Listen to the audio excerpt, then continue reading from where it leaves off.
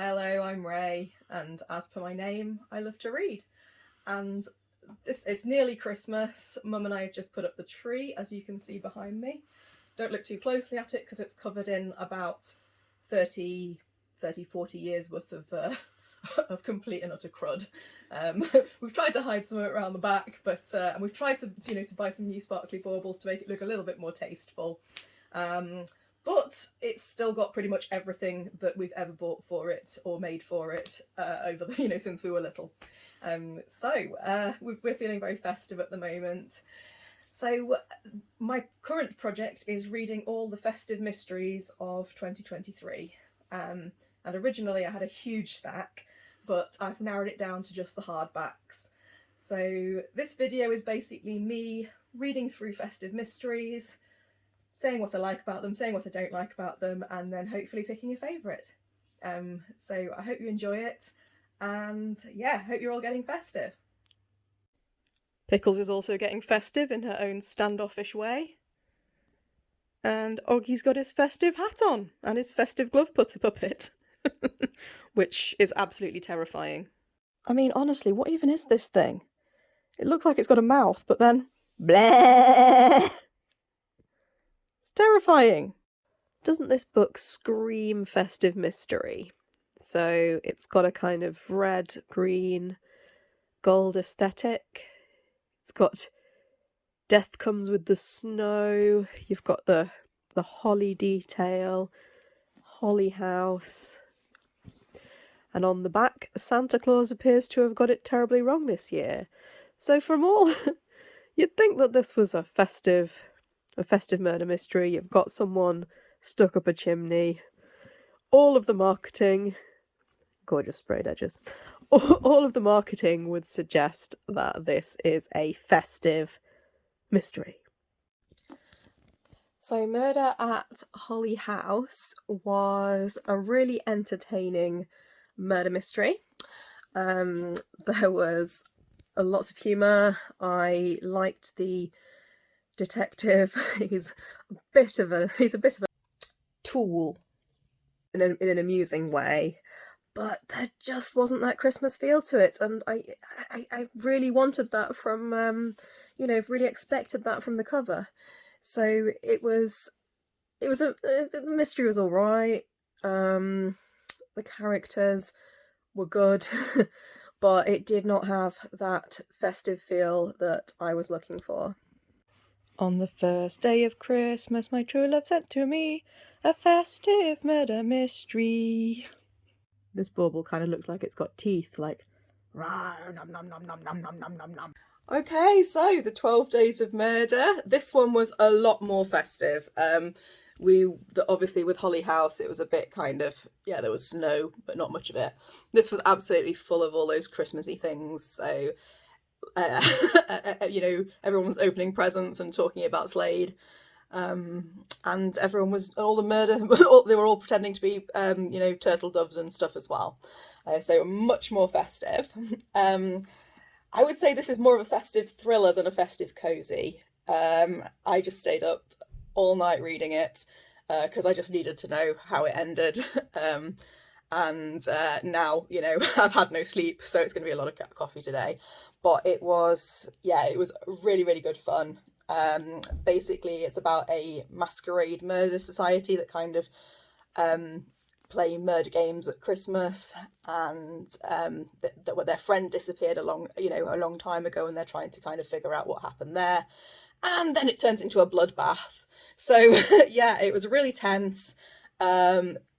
Think Lucy Foley. So if you really enjoyed books like the Hunting Party and that one that's on an island, what's it called? The Guest List. If you're a fan of her, you'll be a fan of this.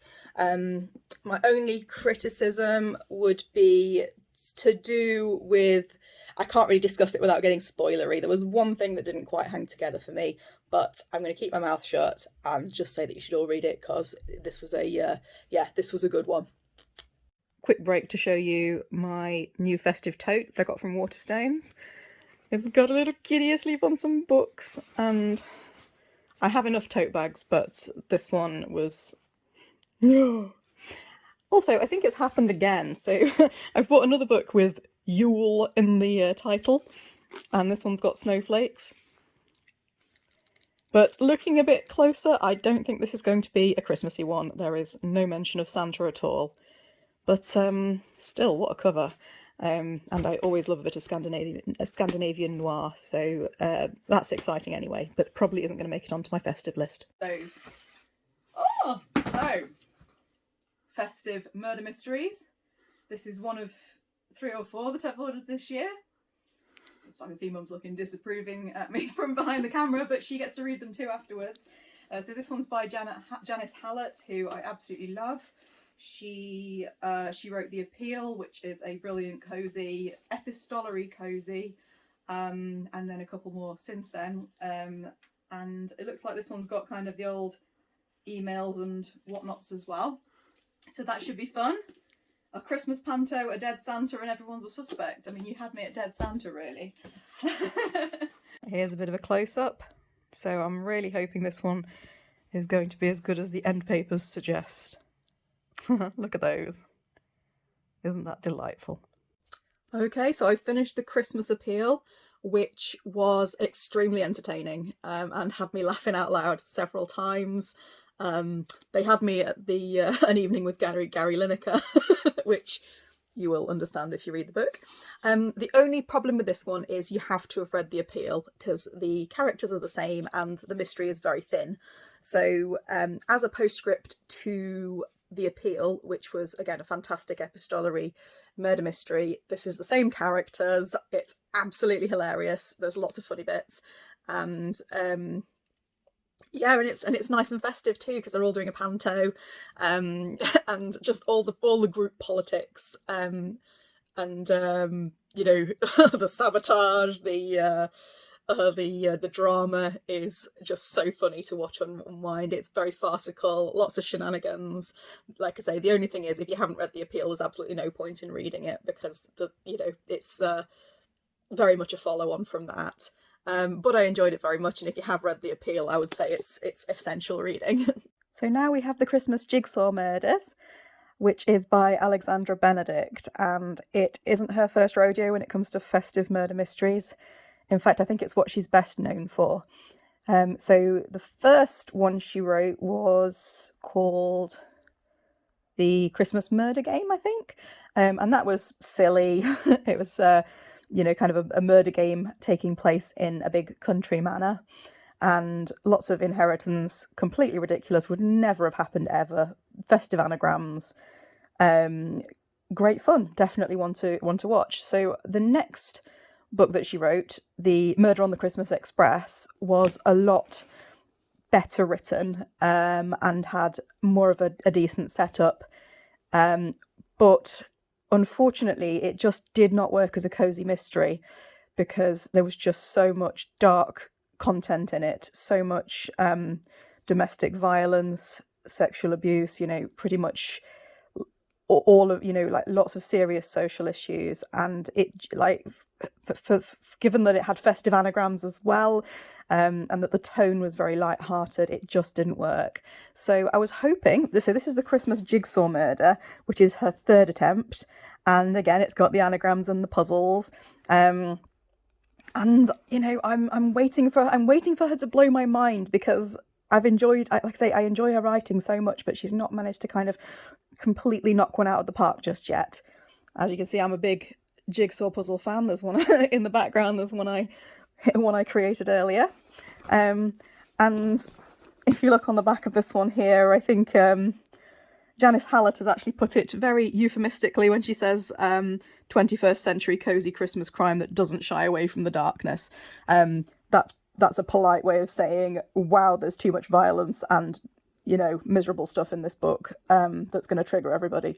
So but this one, so far so good. I'm just getting cracking with it now. We've got some lovely jigsaw end papers there to be like I say, to be continued.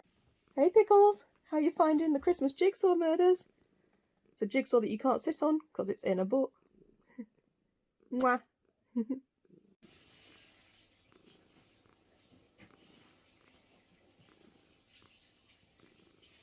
So I finished the Christmas Jigsaw Murders, and I wasn't that impressed, I'm afraid. I liked the first one best out of the three that she's written, and I found this one.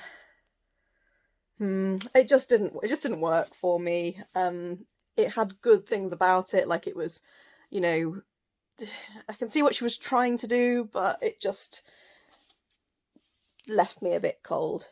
The writing's ropey. I'll give you a couple of examples. So things like this. Time doesn't just fly, it fly tips. Dumps the old by the road as everyone else drives on. Does it though? Does that work? Fly tips? And but the meniscus of the past wouldn't let her go. Meniscus? And like, I googled meniscus just to make sure, because obviously the meniscus that I'm aware of is the one in the knee, but it doesn't seem to work well under any of the other definitions of meniscus either. You've got an octogenarian main character who talks like a 30-year-old. And if you're going to have a character that's young at heart, you kind of need to make them believable. So you can't just write a 30-year-old and then say that they're 80, because that doesn't really, it doesn't ring true.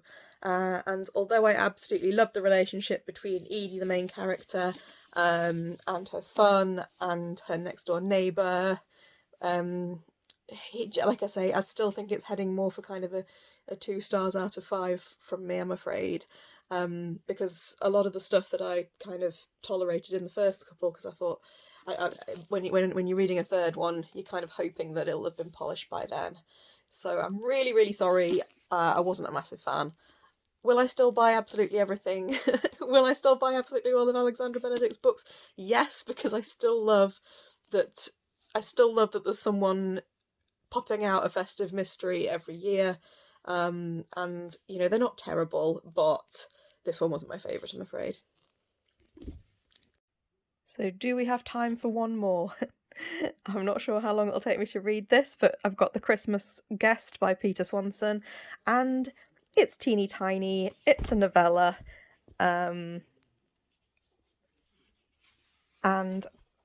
one thing I love about it already, having just opened the front page, is that he's dedicated it to his aunts who don't like Christmas, which I found quite cute.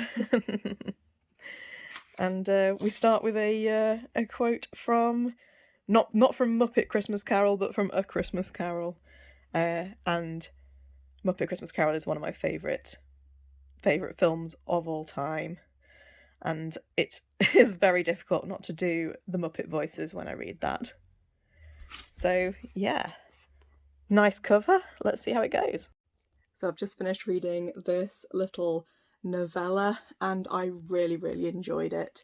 After I read the first half, I really wasn't sure where it was going to go.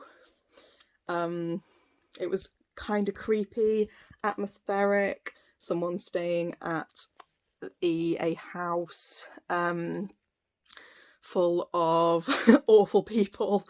Lots of, there was this someone sneaking around outside. It's all very creepy, and it's really quite clever, and there are a few ambiguities. I think I'm going to have a little look at what other people think on Goodreads, because there are a few things that I'm like, ooh, was that meant to mean this, and blah blah blah. So yeah, this was fantastic. I really enjoyed it. It's really short. It's festive in a kind of gothic way. And Peter Swanson, I've got one of his books on my shelf, The Kind Worth Killing, which I've heard is good, so I will definitely be giving that a go, because I love a bit of crime writing. What's your favourite festive mystery, Pickles? You like Hercule Poirot's Christmas?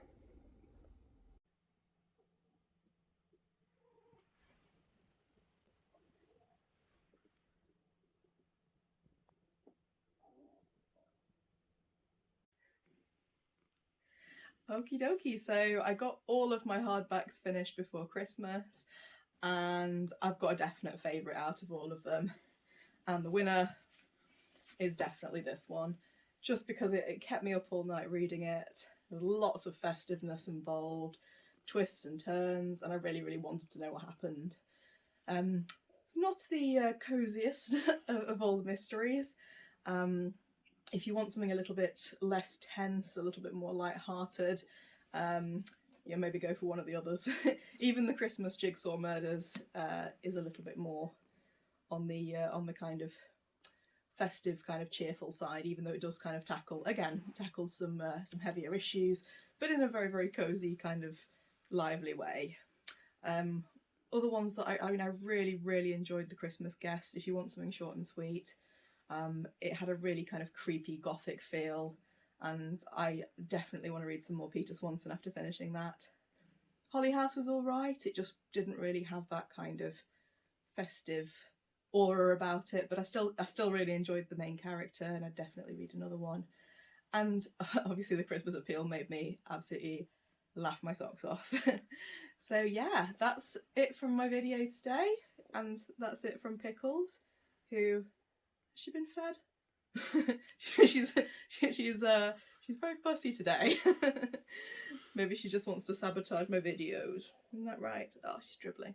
Put that on the outtakes. Anyway, happy Christmas, everybody. And yeah, definitely, if you haven't got around to reading these this year, then they'll be out in paperback by next Christmas.